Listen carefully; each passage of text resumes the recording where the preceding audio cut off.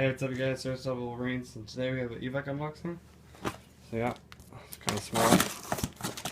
I think I ordered it Sunday and it came today, which is Friday. So yeah, pretty quick. Alright. Airsoft con paper, which I think still passed, but they're still getting them out. The ACP, the APS ACP.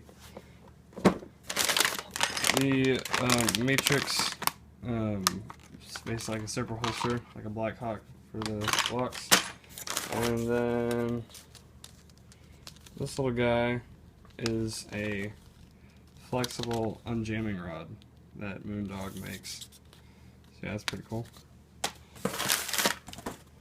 Yeah, I'll open up the pistol real quick.